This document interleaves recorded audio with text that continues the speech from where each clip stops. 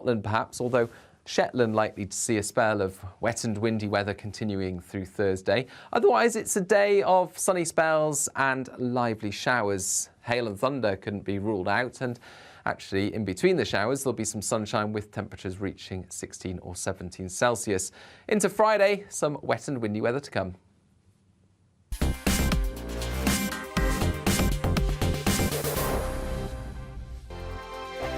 It's all about family, being in people's living rooms, all the interaction and getting to know who our viewers and listeners are. When I was young, my dad used to say, Nana, stop arguing. I wanted an outlet that would enable me to give my opinion.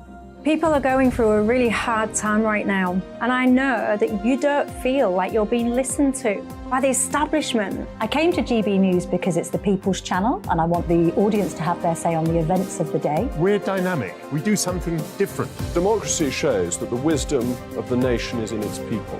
I get to travel to find out what the story is from a personal perspective. The British people aren't fools. We know when we're not being told the full story. We've got to work out how Britain moves forward from this. It's the best country in the world. The establishment had their chance. Now we're here to represent your views.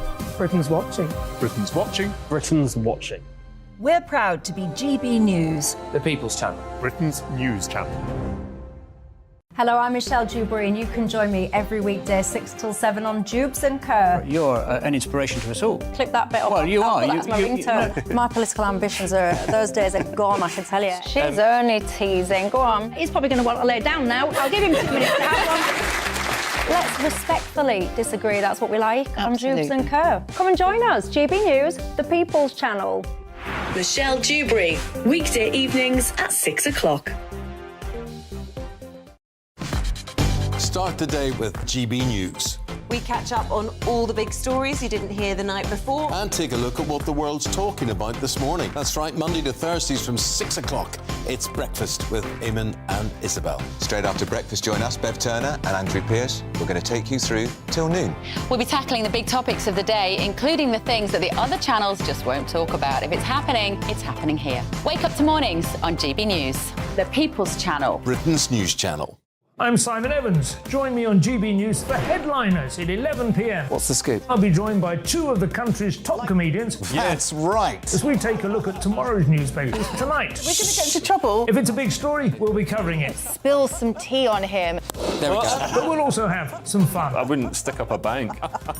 My father didn't love me. So anyway. Headliners every night from 11 on GB News, the People's Channel, Britain's news channel. We've got a brand new lineup every Saturday night on GB News. From 6 p.m, I'll give you my unique take on the world today. Then at 7, it's me, Calvin Robinson, with my Common Sense Crusade. New to GB News is the Saturday 5. 5 times the opinion. Join us every Saturday from 8 p.m. as we debate the week's stories. With us 4, plus a special guest. And at 9, of course, it's Mark Dolan Tonight. Brand new Saturday nights on GB News, Britain's news channel.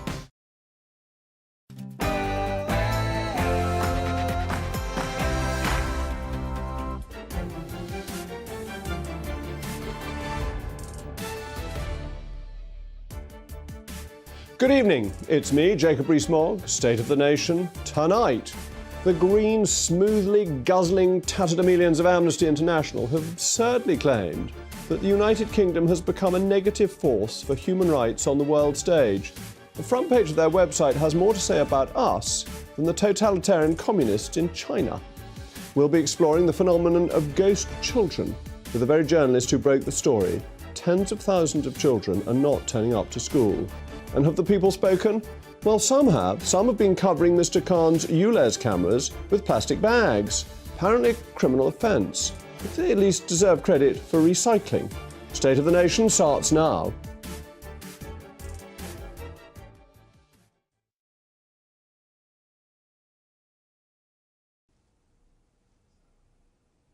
We'll also be hearing from our acclaimed panel, recalcitrant historian Dr. David Starkey and illustrious socialist Stephen Pound. As ever, I want to hear from you. Get in touch by emailing mailmog@gbnews.uk. But before all of that, you need the grist for your mill. It's Polly Middlehurst with the news.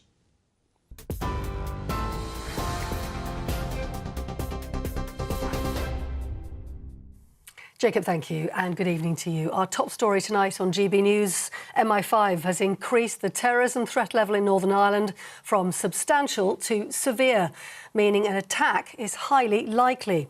And that comes roughly a year after Britain lowered the threat level for Northern Ireland for the first time in more than a decade. Deputy Chief Constable Mark Hamilton said this afternoon that the Police Service of Northern Ireland is working hard to make the community safer. Well, Prince Harry says the royal family, without a doubt, withheld information from him about phone hacking by News Group newspapers.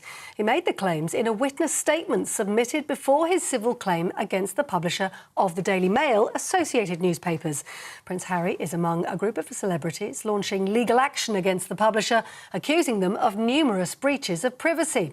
Associated Newspapers denies all the allegations.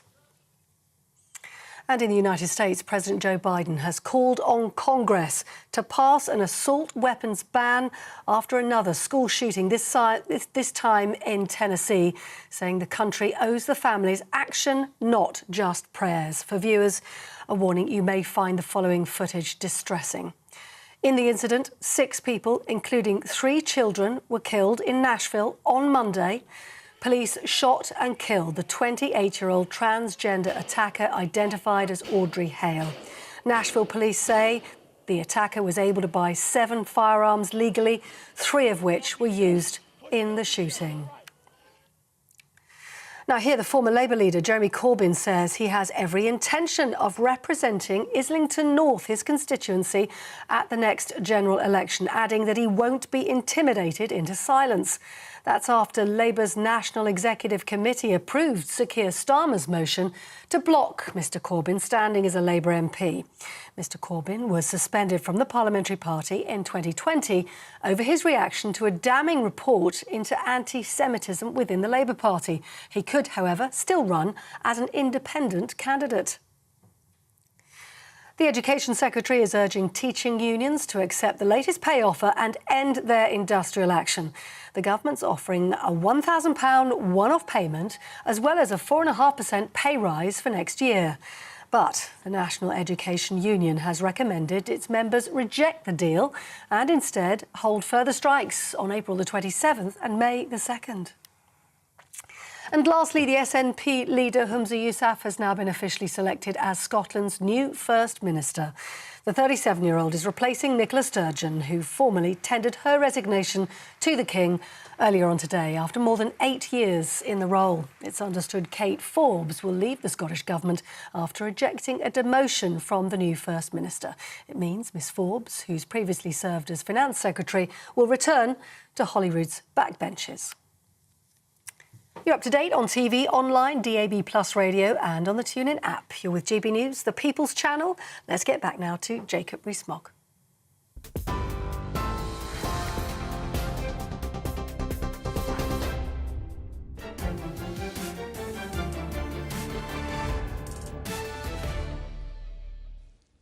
To paraphrase George Orwell's Road to Wigan Pier, one sometimes get the impression that the mere words human rights draw towards them with magnetic force every fruit juice drinker, nudist, sandal wearer, nature cure, quack, pacifist and feminist in England.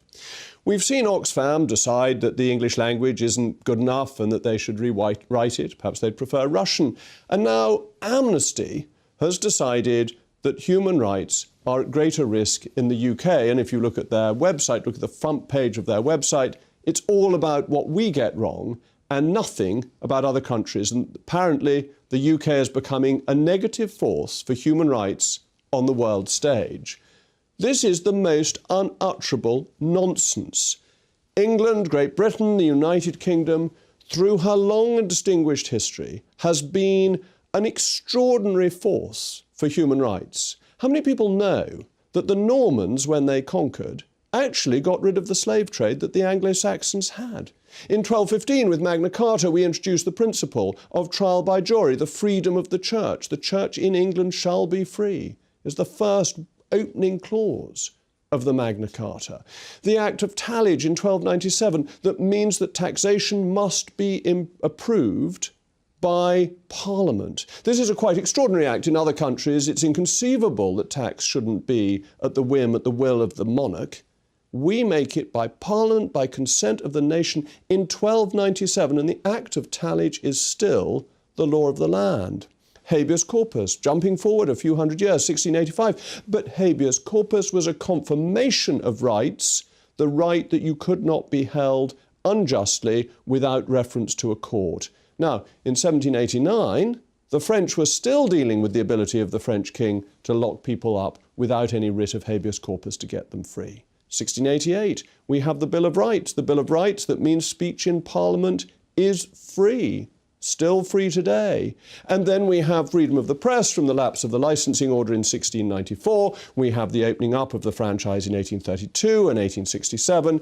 We are the founding country of human rights. It is said that England is the mother of parliaments, and this has continued throughout the 20th century, where we have not only had our rights, but we've spread them globally.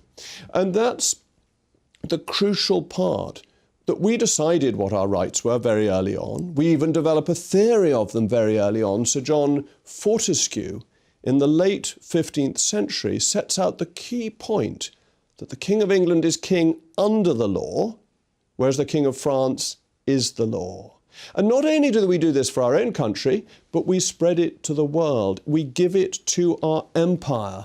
Look at the American Constitution, the freedoms in the American Constitution drawn from ours, an attempt to perfect the British Constitution. We provide the rule of law, democracy, efficient administration. We stop warring tribes. We have this extraordinary imperial story that brings human rights to the world. That is our contribution. And indeed, it used to be Amnesty's contribution, because that's what Amnesty used to do before it decided to go in for this self-abasement. It seems to want open borders, people gluing themselves to motorways, and Russian judges allegedly blocking our legislation. We asked Amnesty if they'd like to defend themselves. They employ 2,500 people. That's what your money is used for, large employment scheme at Amnesty. Not one of them could come on defend why they criticise the UK more than they criticise China, the communist, totalitarian Chinese.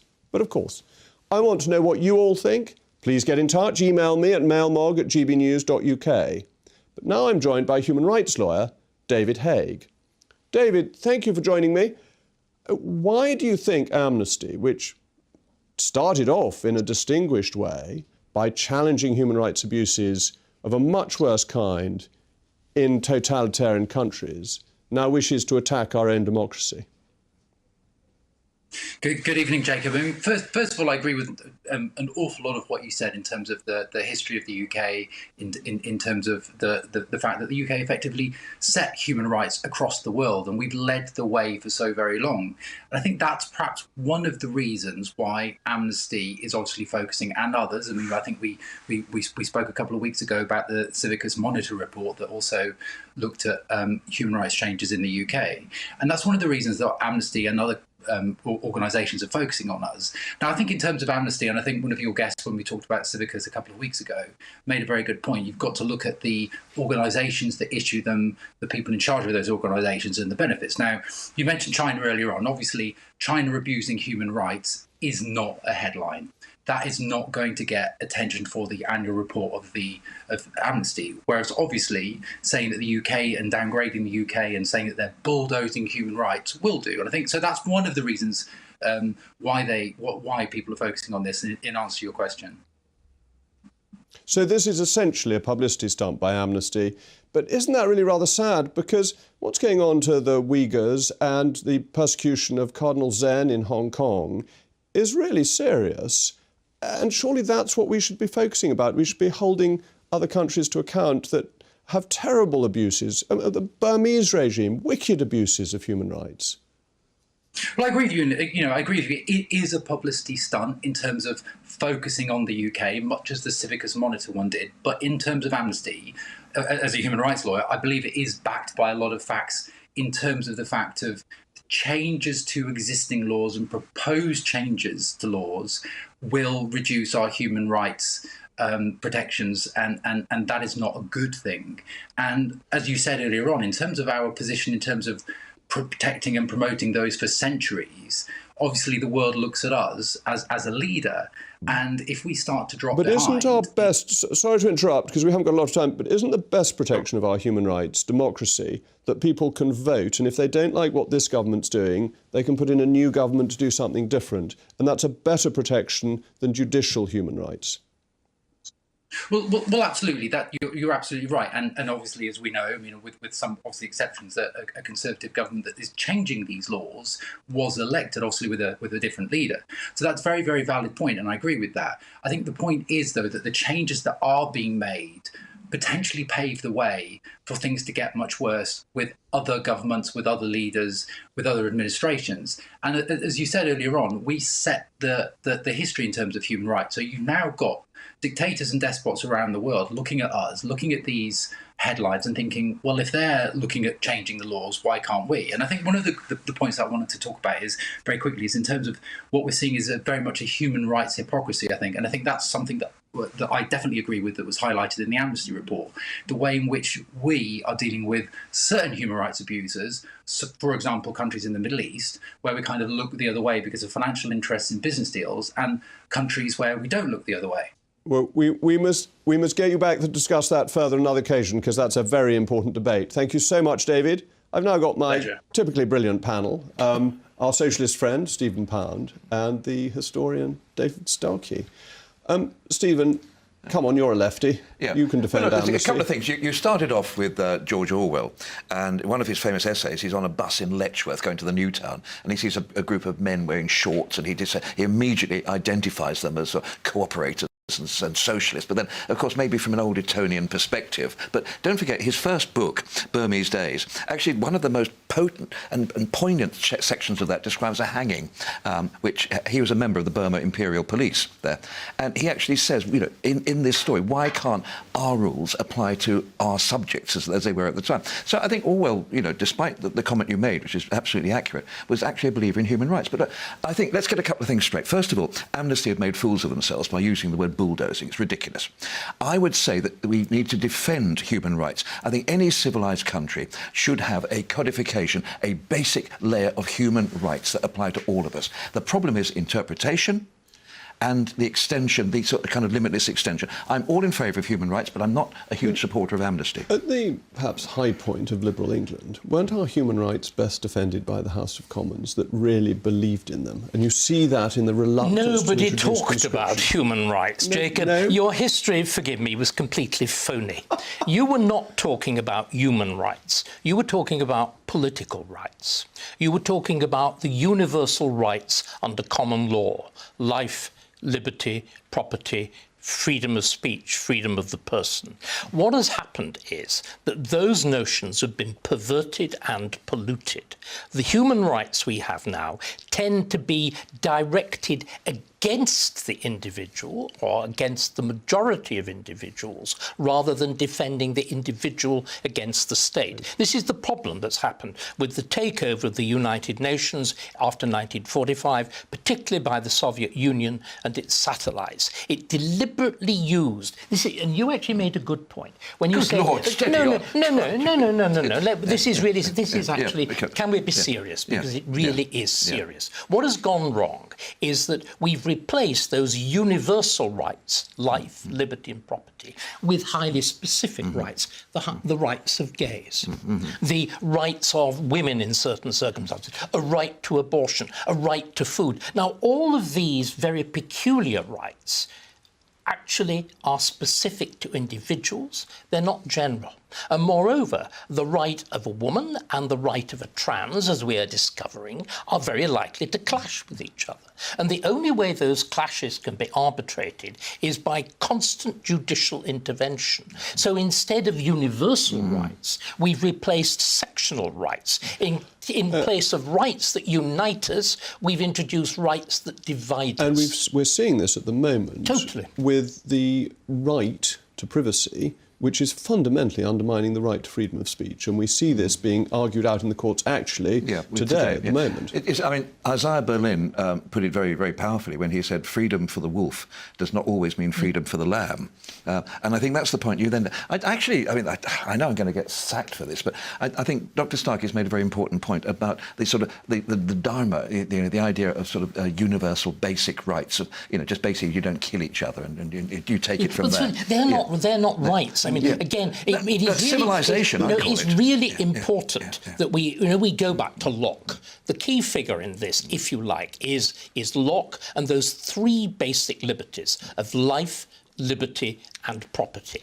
Everything else is added on to those. And they are universal and they define you and your membership of the political community. They're not group rights. It's group rights that are catastrophic and unfortunate. And they're also the rights of members of the political community. They're not immigrant rights. No. And Amnesty has now become a believer in the rights of minorities against the majority. Well, Amnesty is in huge problem at the moment because of their issue on abortion, which has cost them a huge... But if you actually look at the American Constitution, back in whenever it was 1776, they took Tom Paine, the rights of man, and they enshrined it. No, they don't. You're quite right. I was going on to say that is a basic right, a basic life, liberty and the pursuit of happiness. No, so that's exactly what does it...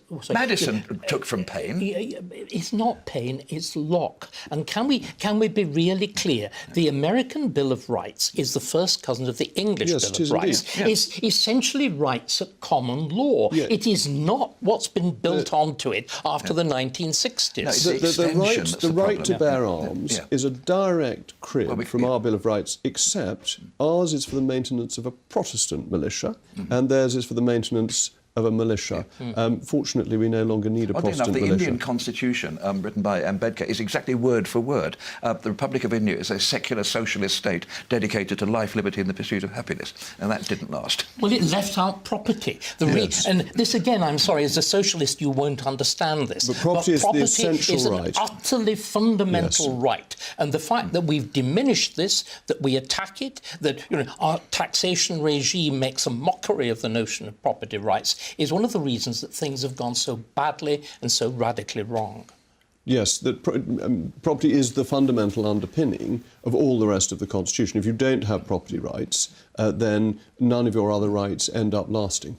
Well, I don't know. You can have a property if you're going to, and if you're going to be dragged out and executed at the whim of some despot, you don't have rights. You could have a brilliant house, and no head. But if he takes your head off, he's taking your property, so you've lost your property rights. But thank you to my black panel. Don't forget, as always, to let me know what you think. mailmog@gbnews.uk. Coming up, tens of thousands of children have stopped going to school. What on earth is going on? To explain why, we'll be joined by the esteemed author and journalist Harriet Sargent after this break.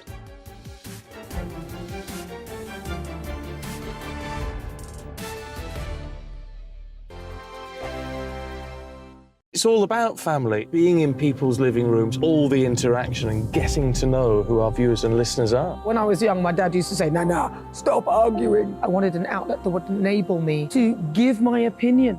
People are going through a really hard time right now, and I know that you don't feel like you're being listened to by the establishment. I came to GB News because it's the People's Channel, and I want the audience to have their say on the events of the day. We're dynamic. We do something different. Democracy shows that the wisdom of the nation is in its people. I get to travel to find out what the story is from a personal perspective. The British people aren't fools. We know when we're not being told the full story. We've got to work out how Britain moves forward from this. It's the best country in the world. The establishment had their chance. Now we're here to represent your views. Britain's watching. Britain's watching. Britain's watching. We're proud to be GB News. The People's Channel. Britain's news channel.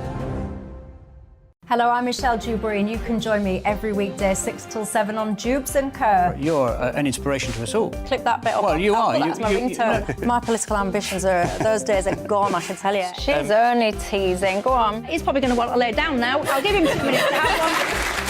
Let's respectfully disagree. That's what we like on Jubes and Co. Come and join us. GB News, the People's Channel. Michelle Dewberry, weekday evenings at 6 o'clock. Start the day with GB News. We catch up on all the big stories you didn't hear the night before. And take a look at what the world's talking about this morning. That's right, Monday to Thursdays from 6 o'clock. It's Breakfast with Eamon and Isabel. Straight after breakfast, join us, Bev Turner and Andrew Pearce. We're going to take you through till noon. We'll be tackling the big topics of the day, including the things that the other channels just won't talk about. If it's happening here. Wake up to mornings on GB News, the People's Channel. Britain's news channel. I'm Simon Evans. Join me on GB News for Headliners at 11 p.m. What's the scoop? I'll be joined by two of the country's top comedians. That's right. As we take a look at tomorrow's newspapers tonight. We're going to get into trouble. If it's a big story, we'll be covering it. Spill some tea on him. There we go. But we'll also have some fun. I wouldn't stick up a bank.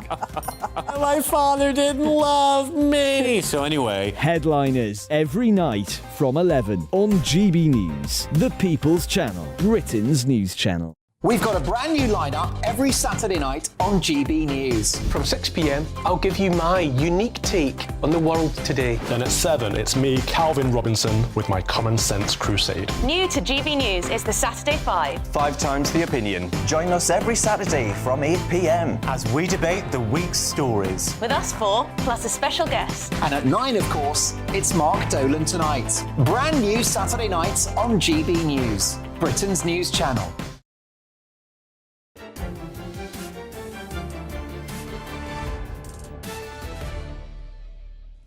Welcome back. I'm still Jacob Rees-Mogg, and this is State of the Nation Tonight. You've been getting in touch with your thoughts. Sonia, Jacob, thank you for your fantastic history lesson. If only people would listen to our message. Tim, Dr. Starkey is absolutely correct as usual. There is no such thing as human rights. And Wayne, I'm not sure you're right about this, but I'll read out nonetheless. Jacob, where have you been for the last 20 years? The UK's human rights is far worse than North Korea's. May I suggest you visit North Korea and see for yourself? I think you might get a bit of a shock. Anyway, we all know that precious education time was lost during the pandemic, despite the best efforts of parents to instil the syllabus from their kitchen tables. As restrictions were lifted, children, of course, returned to the classroom, or so we all thought. What you may not realise is that an alarming number of children did not and still have not returned to school. A new report from the Centre for Social Justice, Lost and Not Found, shows that 140,000 children, yes, 140,000 children, are currently classed as severely absent, which means they spend more time out of the classroom than in it. It begs the question, how can children possibly catch up if they don't show up? And what of the vulnerability and welfare of these missing children? Where on earth are they?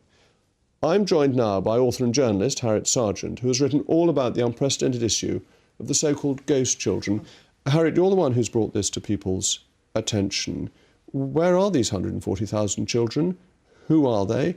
And who should be taking responsibility for them? Well, I think that the lockdown was all the attention of the authorities was on old people, and they just assumed that when schools opened that children were just going to skip back into school and that they were very resilient and would just pick up. And unfortunately, this has not been the case. Before the pandemic, there were about 60,000 children who were bad enough, who were out of school. When I started looking at this last year, there were 100,000. Now it's gone up. I mean, the numbers are actually going up. It's 140,000. So who are these children? Well, they are both from the very poorest areas, the most vulnerable. So children on free school meals are twice as likely as their better off contemporaries to be out of school. Children at pupil referral units, 90% of them have vanished. I had one man who runs a small one. He had 14 in his, and now only 3 have come back. So it is the usual suspects. Children at bad schools have vanished. And who has But also middle-class children. That's the other thing. Middle-class children have also disappeared. But who has responsibility for the missing children? Are the council meant to be going round? Are the schools meant to be going round and visiting the parents, trying to find out what the problem is, why they're not coming into school? Well, the schools are meant to. But one teacher told me there's a particular problem with children who were going on to sixth form because she said, we had a whole lot of children who said they were coming, they were meant to be coming, and they just vanished. And when she tried to speak to parents, she was told, oh, my child, their mental health is too fragile to actually come into class all day. And she said, when we're told it's mental health, we just have to back off. And we just have to hope that there's the services around available to help these children. But clearly there aren't. And is there any test to see whether the mental health issue is a real one, or whether the parents are saying this because they don't want to take their children to school? No. I mean, nobody really knows. But it is a very real issue, and the children seem to be divided into two. The children that just sit in their bedroom, just crippled with anxiety, depression, and can't take a step out.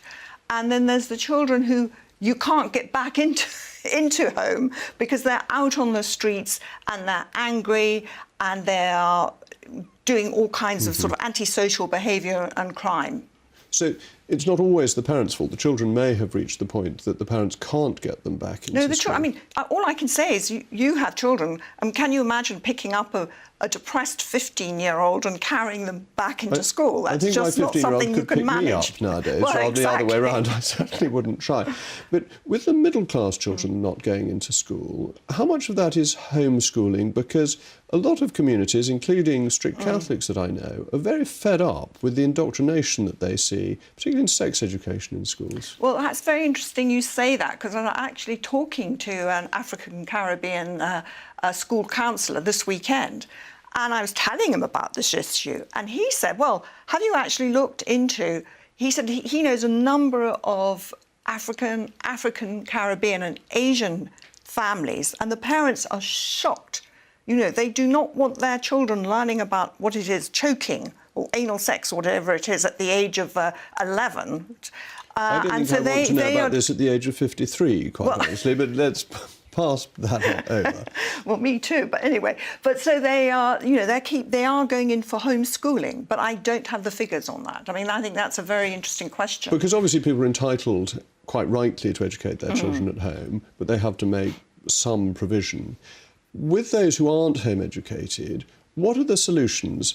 I find as constituents MP that the parents could get fined for taking their children out of school for an unauthorised absence are actually the good parents who have thought things through and have bothered to tell the school the truth. I'm not at all convinced this approach to fining works, and the idea of taking away child benefit seems likely only to hit the poorest in society the most. Well, I think it's not addressing the issue at all. I mean, I spoke to a teacher who is teaching at an all-girls school in a kind of the school is outstanding in a sort of leafy suburb, and she says that 30% of the girls are not coming into school. 30%. And she said that they're just sort of sitting in their rooms, just unable, overcome by depression. She said 3 girls have actually killed themselves, and 30 have vanished altogether.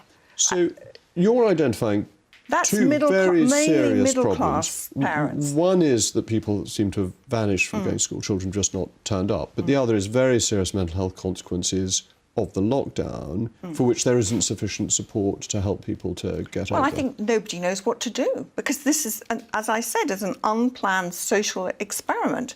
And obviously schools have to do something, but at the moment they don't even know how to get these children back into schools. And then, there's the ones, I mean, I interviewed a number of young boys, and they absolutely heartbreaking hearing how they disintegrated during this whole process.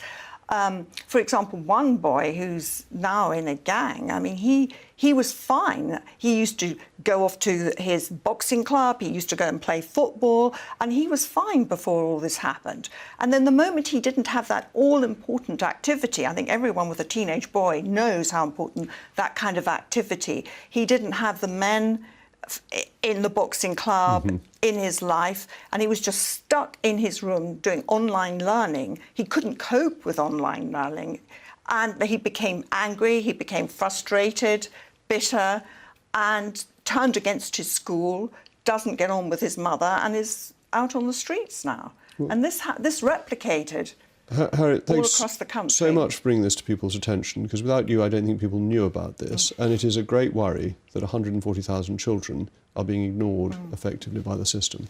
Thank you. Don't forget, as always, to let me know what you think. mailmog@gbnews.uk. Still ahead, we will be discussing the vandalism of a number of ULEZ cameras across the capital, with people climbing up and covering cameras with boxes and bags in protest at the scheme. We'll be talking about this cover-up after these messages.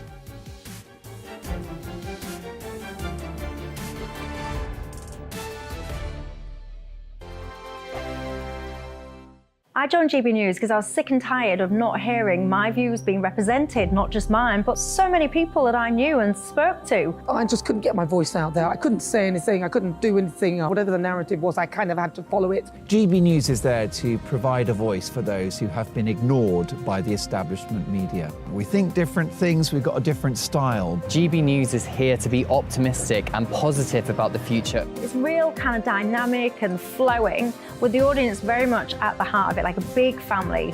Here at GB News, we talk about the things that matter to you. Hearing the voices from right across our towns and cities, especially our towns. All sides of the argument represented with a heavy dose of opinion. We're on a mission here to make a difference. And the GB News family really is here for you, and whatever time of day you can watch or listen. Britain's watching. Britain's watching. We're proud to be GB News, The People's Channel. Britain's news channel. Westminster is going around in ever-decreasing circles, followed by the media. Britain is broken. How on earth did we get into this mess? But more importantly, how do we get out of it? Join me at 7 p.m, Mondays to Thursdays on Farage, here on GB News. We will have open, rational debate. We've got to work out how Britain moves forward from this. Join us here on GB News, the People's Channel. Britain is watching. You've probably seen politicians interviewed 1,000 times, but we do it differently. We find out who they really are, we don't shout, we chat, and hopefully we bring a bit of light, not just heat. Did you know Kate Moss? Apparently. Do you have a pair of jeans or a pair of jeans? No, of course I don't. What would I do with them? My friends are like, oh my God, what's she doing now? Join me every Sunday at 6 for Gloria Meets, only on GB News, the People's Channel, Britain's news channel.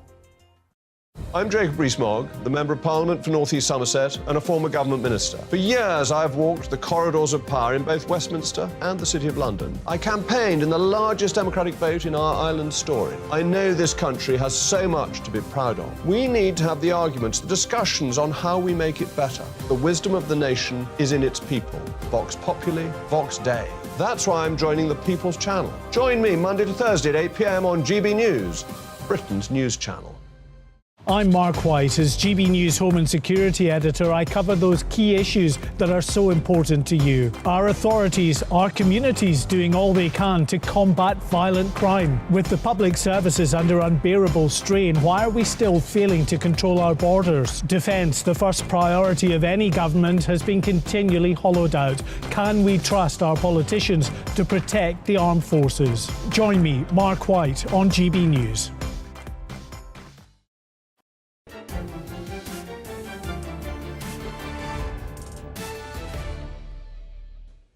Welcome back to State of the Nation. In case you thought I'd been transmogrified, I remain Jacob Rees-Mogg, and you've been getting in touch with your mail mogs. Now, first word to Wayne, who says, thanks, Jacob, for reading out my message. You asked if I'd lived in North Korea. No, I'm a white working-class male living in a Labour-controlled council in the northwest, so I know what I'm talking about. Well, you'd better come on this show and we can talk about your council and see how like North Korea it is.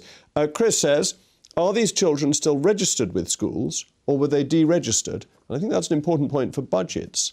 Alan, not surprising they've gone missing after lockdown. I wonder how many are being kept out of school because their parents don't want them polluted by all the nonsense being taught in school.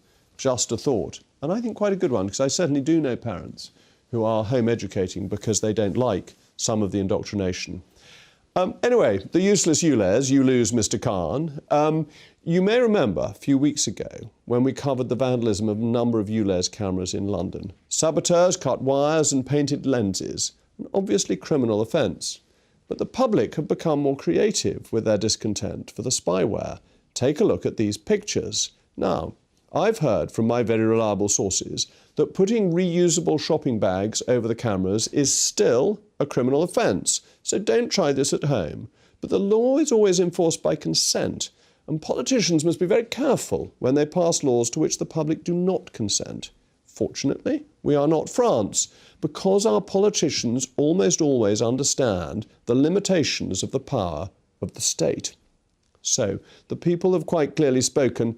I'm joined again by the venerable historian, Dr. David Starkey, and the renowned eco-warrior, socialist and former Labour MP, Stephen Pound. David, would you be tempted to put a plastic bag over a ULEZ camera?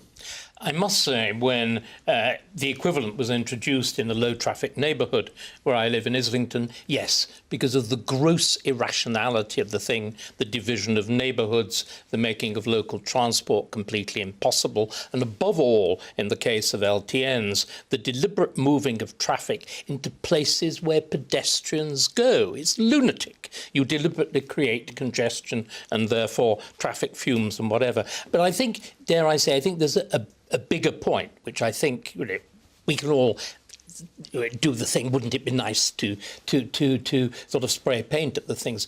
My great anxiety is that Transport for London, going right back to its beginnings when it created the congestion charge, has deliberately confused what is supposedly penal, that's to say, a charge for doing something which is illegitimate, like going into central London, which we disapprove of, or a polluting car, and turned it essentially into a revenue stream. This is a deliberate confusion of two things. It is profoundly hostile to all the things that you were talking about in terms of good government. And I'm afraid it's going back to the 18th century and the state becoming dangerously parasitic. And environmentalism is increasingly leading to a parasitic state that doesn't actually facilitate the individual. It interferes with them in wholly arbitrary, preposterous and increasingly, as you said, unpopular ways. Stephen, it's called environmental socialism. Stephen, you're in favour of the ULEZ. You'll therefore be against these proposals. But do you think it's important to govern with consent? Well, I was about to say the key word here is consent. I'm in favour of the central London ULEZ. And I think if you look at all the major changes that have been brought in London in terms of transport, petrol, without lead in it, seat belts, no drink driving, there's been a whole range of things which have been brought in. But they've been brought in after discussion and with consent. I remember Barbara Castle making the case for seat belts very, very powerful. Everybody understands nowadays that you don't have lead in petrol and you don't drive without a seatbelt and you don't drink drive. We're fine with that. The problem with ULEZ, and we do have thanks for you, we do have a democracy. We have a vote next year, and I think that Sadiq Khan will have to actually listen to a lot of people on this because it's now become an inner and an outer London. Now, I appreciate that the audience for this programme is national, if not international, but in a London perspective. But these ULEZs are happening across country. Well, somebody said to me the other day when I was arguing about it, said, oh, yes, but they're doing it in Paris. And I said, well, there's a good example, isn't it? but I think David's point is so important that the state is using law to apply charges for revenue raising. Isn't that fundamentally unjust? I could totally disagree with that. Look, I think ULEZ should not be extended to the outer London boroughs because all the indicators, all the data that we have talks about air pollution in the centre zone, and that needs to be addressed. It simply shouldn't apply to the outer London boroughs. But the thing about it being a revenue stream, the amount of money that this country spends on respiratory diseases and problems in the National Health Service is vastly more than anything we could actually gain. Well, I'm sorry, it's been quantified. This is an absurdity. And also the difference that these things make is tiny in comparison with the profound dislocation to people's lives. And I think this is something that I'm afraid, in the whole environmental agenda, we are now confronting this, or should be confronting this. We have, in fact, single-issue fanatics. Repeatedly in the whole area of government, Nature England and the prioritisation of newts over building, area after area, you have a single-issue committee determining matters of very broad impact on people's lives. And this is simply the wrong way of going about it. Because, again, just one second, a fundamental problem is the nature of the London mayoralty. Fundamentally, the mayor is only really transport commissioner. This means that he police, but he does that. Yeah, but which he shares with the Home Secretary. But if fundamentally he's a transport commissioner, this is not how you run local government. Local government should be looking at the broad range of issues, not simply focusing on the one thing. I think we've widened it out far, far wider than even the ULEZ zone here, because, you know, we're now talking about much, much wider issues here. If we just actually stick to ULEZ at the moment, the fact remains is that Sadiq Khan was in Ealing Town Hall a couple of weeks ago, and there was a lot of people protesting, and I think injudiciously he made the comparison between those protesting, he said, as anti-vaxxers. And I think that's a real problem there. I think the Mayor needs to actually make the case and actually bring the people with him. But I do want to come back to David's point, which I don't think you answered, on using fines as a revenue-raising measure when fines are there to enforce fair law. But it's like parking. It's like parking Transport again. for London's given the game away on this. It has set a target for speeding fines. Surely that is totally antithetic to the rule of law. How else would you enforce the congestion charge without a fine? But it becomes about the fines, not about the congestion. Yeah, how else would you enforce it? But first of all, it's perfectly clear that the congestion charge isn't actually about reducing congestion in London. It has. On the contrary, congestion in London is actually, the evidence is greater than it's ever been because it's deliberately generated by so-called traffic calming measures. I mean, the problem is that we're dealing with a whole series of utterly logically contradictory things. But for me, it is the use of the legal process of nominal fining, be it, you know, parking fines, be it ULEZ fines or whatever, actually to generate a revenue stream. Councils now do not depend on council tax. They depend on this, you know, what frankly is the equivalent of the 19th century, sorry, the 16th century procurer, the kind of people who have a patent. Yeah, so that simply isn't true. I mean, you can't then spread around any receipts from parking fines and local authority. It's ring-fenced to highways and transportation issues. So it doesn't. That means they just put in more bollards to stop people moving around. But that doesn't apply in central London. I think there's a real problem here that people do not differentiate between central and outer London. And I think we have to realise. I would say, we all know the first traffic lights were put in Park Lane in the 1920s. Because the first one was in at the end of your Square, street, I think. But thank you to my brilliant panel. Coming up next, it's The Economist's wager. And the best man won. Find out shortly what happened after this message from our sponsors.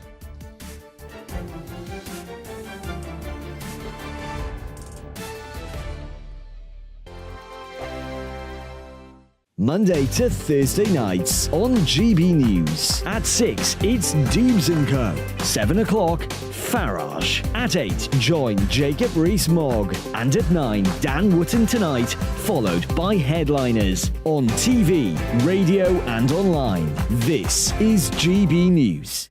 First and foremost, I'm a GB News fan, and I was before I was working here. Just love the fact that we're asking the questions that a lot of establishment media won't ask. With a bit of a twist, we not only want to inform you, but we want to keep you entertained. It's worth the drive because you get in and the team's all ready and waiting, they're itching to go, and it's a proper little family. GB News is the People's Channel. It's the audience that makes the programme sing. We're giving our viewers and our listeners a voice. I see the thousands of your letters, tweets, emails, you name it, coming in. Britain is broken. How on earth did we get into this mess? But more importantly, how do we get out of it? The establishment had their chance. Now we're here to represent you. It's time for something different. It's time for GB News. I'm very patriotic. I believe in Britain. Our best days lie ahead. Britain's watching. Britain's watching. Join us here on GB News. The People's Channel. Britain's news channel. Join me, Patrick Christie's, Monday to Friday, 3 till 6. We tackle the day's news agenda like you've never seen before. It's high tempo, high octane, the most controversial topics, and the best guests. You will not be able to take your eyes and ears off it. I'm not afraid to ask the questions that you really want answered. 3 till 6 p.m, Monday to Friday on GB News, the People's Channel, Britain's news channel. GB News has its own late-night paper preview show, Headliners, where comedians take you through the next day's top news stories. You don't have to bother reading the newspaper, we've got it covered for you. Headliners, every night at 11 p.m, and repeated every morning at 5 a.m. We won't send you to sleep like some of the other paper review shows out there. GB News, the People's Channel, Britain's news channel. Join me, Camilla Tominey, on Sunday mornings from 9:30, taking the politicians to to task and breaking out of SW1 to see how their decisions are affecting you across the UK. Bursting the Westminster bubble every Sunday morning, only on GB News, the People's Channel. Britain's watching. I'm Michael Portillo. Join me on GB News on a Sunday morning for topical discussion, debate, arts and culture, and sometimes even ethical dilemmas. I don't always agree with you, Michael. Michael Portillo, Sundays on GB News, the People's Channel, Britain's news channel. I'm Andrew Doyle. Join me at 7 o'clock every Sunday night for Free Speech Nation, the show where I tackle the week's biggest stories in politics and current affairs with the help of my 2 comedian panellists and a variety of special guests. Free Speech Nation, Sunday nights from 7 on GB News, the People's Channel, Britain's news channel.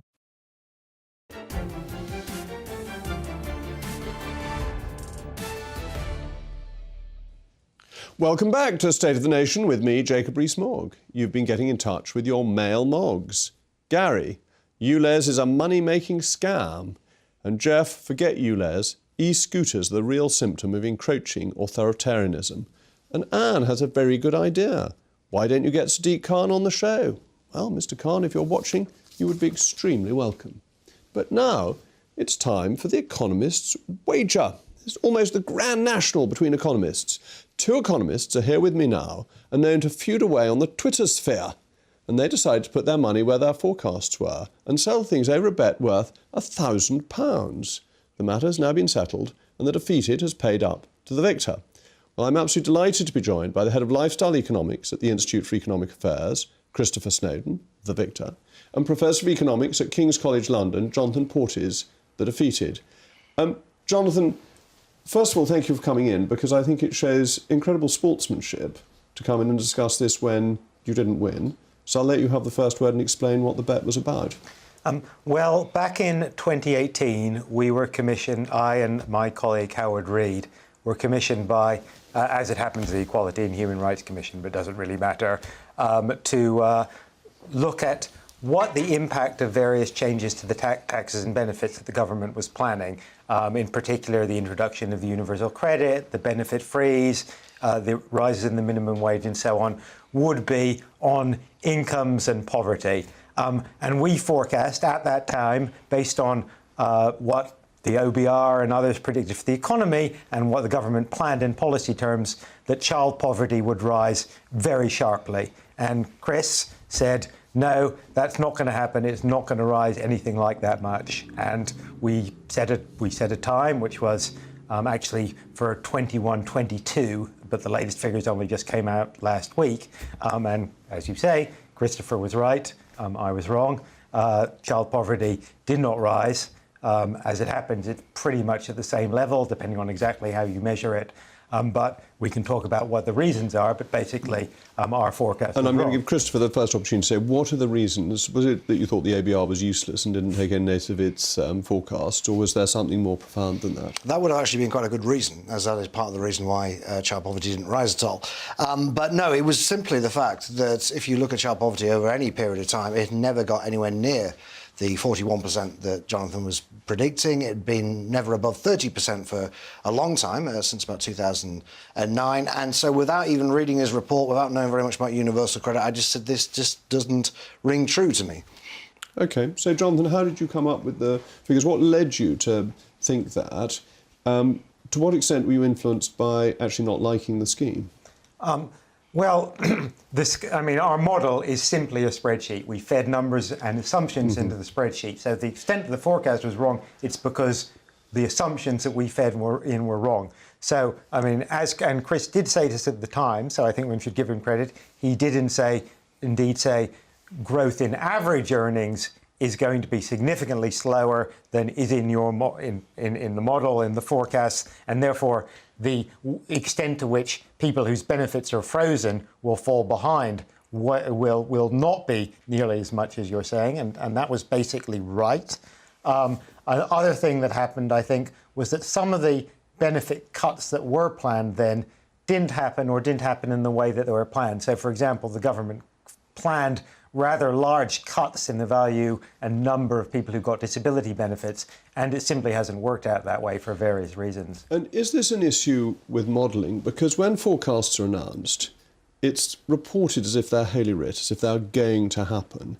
And yet lots of forecasts turn out not to be right because the models aren't right, that the information you put in the first place turns out not to be true. And should we be more suspicious of models fundamentally? Yes, we should, and I think we should get more people putting skin in the game, as Jonathan did, and all credit to him for doing that. One of the things I think that is wrong with modelling, particularly when you're dealing with government handouts, is they don't take into account behavioural changes. They just simply assume, well, if we don't give this person this much, then they're just not going to have as much money. Whereas, of course, people respond in different ways. They respond to incentives and disincentives. We have more than a million job vacancies. If somebody's not in work, they can relatively easily get into work, or they can work more hours, or they can change jobs. There are all sorts of things that people can do within their gift to make these models essentially redundant. So we see that a lot, I mean, including with the OBR recently, out by £30 billion within 3 months of the November statement, out by £30 billion, £30 billion more tax revenue than they thought there was going to be. So these models are often wrong. All models are wrong, but some are useful, is a famous saying. But people should have skin in the game. And this is the thing that really worries me. My experience in financial services, models were always wrong. And yet investors looked at them, and economists looked at them, and politicians make policy on them. But this leads to fundamental mistakes in investment analysis and in policy making. How do we improve it? How do we make it better? Well, I mean, I think, as Chris said, there's a saying that all models are wrong, but some are useful. They force you to question your assumptions. They force you to say, well, if the model gives that result, what are the assumptions that are driving that result? Whether it's about how people respond or don't respond to changes in behaviour, how businesses and consumers respond to the rise in interest rates. Is it actually likely that oil, if your model is assuming that oil prices will be $50 a barrel this year, well, what would happen if instead they were $100 a barrel? Those are the sort of questions that models can usefully answer. And so, for example, in Brexit, where so far actually economists have done reasonably well. Actually, most of the evidence suggests that the economy is responding to Brexit as the mainstream models predicted. That is to say, it's having a significant, not catastrophic, but not zero, negative impact on the British economy. That's what the models predicted. That's what we think. But the important thing is to say, well, what assumptions are driving that? We're making assumptions about how increased trade barriers. But how do you take into account behavioural changes by individuals, and how do you improve your models so that you don't have to pay out another £1,000 in years to come? Well, this particular model doesn't take into account behavioural changes, but lots of the models that I do work with and that other economists do work with do take into account behavioural changes. So, for example, the Brexit models assume that if you put up tariffs, that trade will reduce. Yes, we definitely shouldn't put up tariffs. Are you still friends? Yes, or were you friends beforehand, or just competitors? Perfectly friendly. It's a good sporting bet. You're annoyed that the £1,000's been devalued by inflation. Yes, I wish I had made it index linked. You should have made it in gold sovereigns. Thank you to my guests, Christopher Snowden and Jonathan Porters. Anyway, that's all from us. Up next is Dan Wootton. Mr. Wootton, what's in your box of tricks tonight? Good evening, Jacob. We've got a big show. Andrea Jenkins, your colleague, on why Shamima Begum must never return to the UK. Lawrence Fox on The Guardian eating itself with this apology over their slave trade links. Tom Bower on why King Charles is right to snub his son, Prince Harry. And an exclusive interview with Kelly J. Keane. Now, she is, of course, the women's rights advocate who was driven out of New Zealand in those horror protests, but some would say violent action over the weekend. Well, I'm delighted you've got Andrea Jenkins on, who's absolutely brilliant. I think I disagree with her on this subject. It'll be an exciting listen for everybody. But we've got the weather coming up. And what could be better than that? No one wants to miss that. Thank you to all my guests. Back tomorrow at 8 o'clock. Jacob Rees-Mogg. This has been State of the Nation Tonight. Hello again, it's Aidan McGivern here from the Met Office. A lot of cloud sticking around during the next 24 hours. Showery rain at times as well, especially in the north and the west, but it will be mild. The air at the moment coming in from the southwest. It's circulating around an area of low pressure, which will dominate things out in the Atlantic through the next few days. It's already sent an initial set of weather fronts through, those fronts now clearing, which means that overnight the more persistent spells of damp weather confined to the north of Scotland, but there'll be further showery rain into the west of Scotland by the early hours, then into Northern Ireland and southwestern parts. In between, a lot of cloud, that cloud covering the hills. It's going to be quite low, misty, murky, and temperatures are staying at 6 to 9 Celsius. So a mild, if rather gloomy start to Wednesday. There'll be some cloud breaks through the Midlands into parts of eastern England at times, but otherwise it's generally grey, and further damp weather will come through, especially in the south, the west and across Scotland. Then, into the afternoon, some brighter skies developing will lead to higher